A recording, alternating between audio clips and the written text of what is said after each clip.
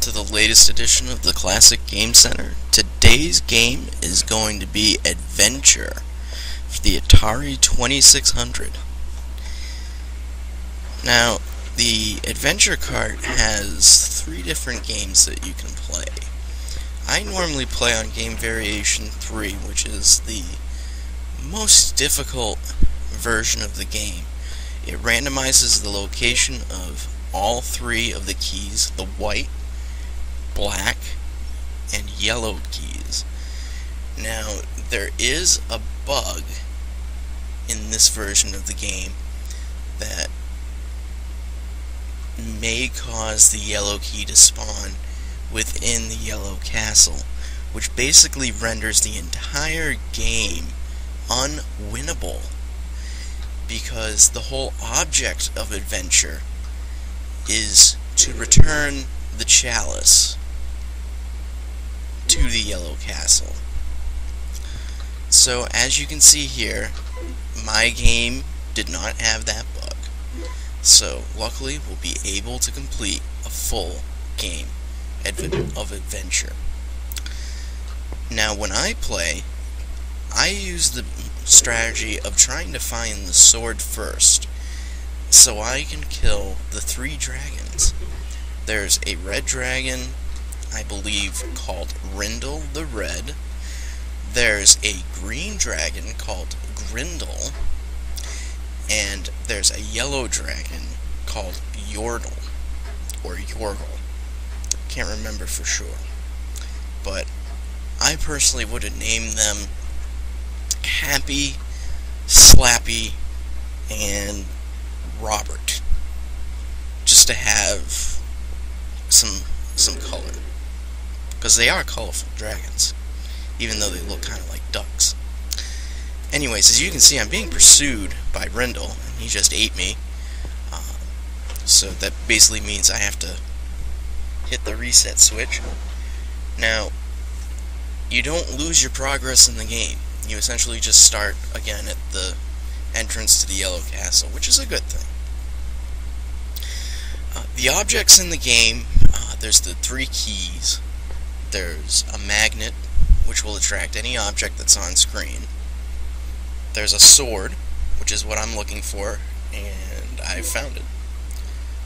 And you can use the sword, obviously, to slay the dragons. And I just got eaten up again, this time by Yorgle. But I know where the sword is, so, dragons, your days are numbered.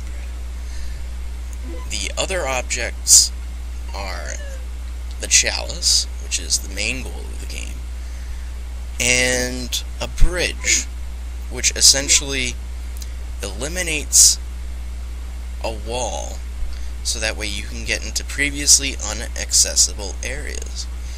Now, the bridge is one of the key items to the Easter egg in this game, which I will be showing you shortly. Once I proceed through the game here, I will show you exactly how to see one of video gaming's very first, if not the first, Easter egg. So there we go, I just killed all 3 dragons, which means that I can drop my sword and I won't need it the rest of the game. The only thing I have to worry about now is that stupid freaking bat that likes to steal your items. Now let me tell you something about that bat. He will haunt you this entire game. If you leave an item out in the open, he won't get it if it's in a castle. I don't know why. He apparently doesn't like castles. Maybe he's a bat that's afraid of going into castles. But if you leave an item out in the open, you are guaranteed that the bat is going to come and steal it, which is a huge pain in the ass. And in the later stages of the game, when you've already killed all the dragons, now as you see here, I just used the bridge to enter a small area that I couldn't enter before. Now in here is an item.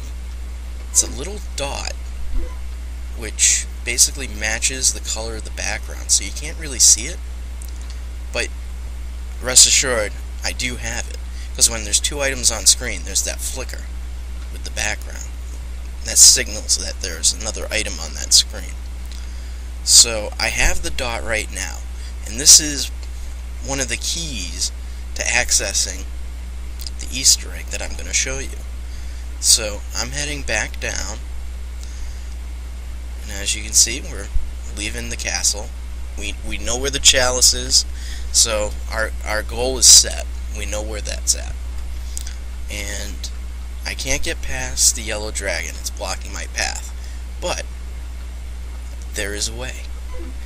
Essentially, if there's two items or more on screen, as I previously mentioned, you get that flicker, like you see right there.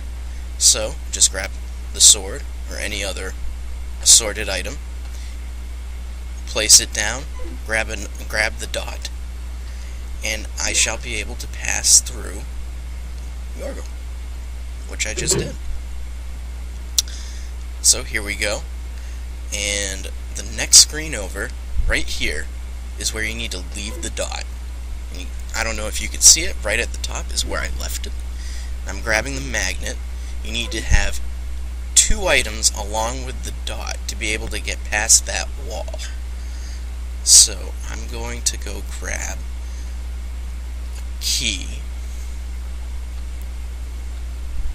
So making my way through the catacombs here, on my way to get a key, so that way I may pass through that wall. And by the way, the mazes are really not very logical in terms of where you enter and exit from. But and here's the Easter egg, created by Warren Robinette. He is the programmer that worked on Adventure, and that is the first known credits in a video game. So, way to go, Warren. You snuck that in there and Atari didn't even know it. Way to go, man. So, as I was saying, as you can see, the mazes aren't very logical, but they make sense in the context of the game, and that's all that matters. So here we are. I have the chalice, and I am making my way to the Yellow Castle for victory. And just get that white key out of the way, sneak past Yordle's body, down, over, and now, spectacular. Well, there you have it.